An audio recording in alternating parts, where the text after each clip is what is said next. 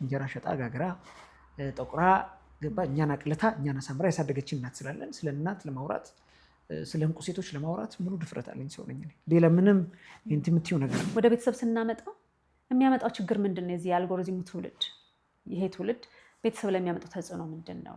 ይሄ ትውልድ የሚመራው አእምሮ አይደለም። እንደ ኦርጋኒኩ የሚመራው ላይክ የሚመራው ምን ያህል ተከታይ ሚዛናችን አእምሯችን ሳይሆን ሚዛናችን ባህላችን፣ እሴታችን፣ ያኗኗር ዘይቤያችን ሳይሆን የሚመራው አልጎሪዝሙ ነው። ከዚህም ይሄ የቴክኖሎጂውን ነገር ይዘህ ሚዛናዊ ሁን ለማለት የሚያስቸግርበት ጊዜ አልደረስንም ወይ? ኖ ማለት ጥሩ። አሁን እምቢ ያልናቸውን ልጆች ነገ እምቢ እሺ ሊሉን አይችሉም። እምቢታን አሁን ማስለመድ አለብን። እየተከለከሉ ይሄ ኮንትሮሊንጎች ምናምን የለም አሁን ምንም። ምክንያቱም ይሄ አልጎሪዝም ሳይመጣ እኮ እኛ አድገናል። ጉድፈላ ምን አዲስ ነገር የለም።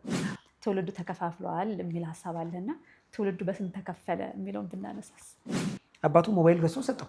እናትየው ምን አለችን? አይ የለም ሳሚ አባቱ ገዝቶለት ነው ያመጣው ከውጭ እና አንዳንዴ ስለዚህ ልጁ ጋር ለምን ያለው ችግር ቤተሰብ ላይ ነው ማለት ነው። ስለዚህ መሰራት ካለብን ይሄ ቤተሰብ ላይ በደንብ መስራት። አሁን ግን እውቀቱ አለን ብለህ ታስባለህ? የቴክኖሎጂ አሁን ዓለም ላይ የደረሰበት ነገር ስሜትሽን ይቆጣጠረዋል፣ መንፈስሽን ይቆጣጠረዋል፣ አካልሽን ይቆጣጠረዋል፣ ሁለንተናሽን ኢኮኖሚሽን ይቆጣጠረዋል ማለት ነው። ዛሬ አይተሽ ከሆነ እንዴ ተመተው ነው የሚልሽ አይደል? ትውልዱ ሰብስክራይቤቴ ተመተዋል አስከፍቱልኝ። እኛ እኮ ቤተሰብ ነው የምንመራው። እዚህ ጋር የህሊና ዳኝነት፣ የእግዚአብሔር ፈታይነት፣ የማህበረሰብ መልካም እሴት የሚባል ነገር የለም። በፊት ወላጅ ከልካይ ነበር አይደል? እባካችሁ እንዲያትጠቀሙና አሁን ሳምሃው ደግሞ እየተገለበጠ ልጆች ከልካይ ውላ ሊሆኑ ይችላሉ ብዬ አስባለሁ።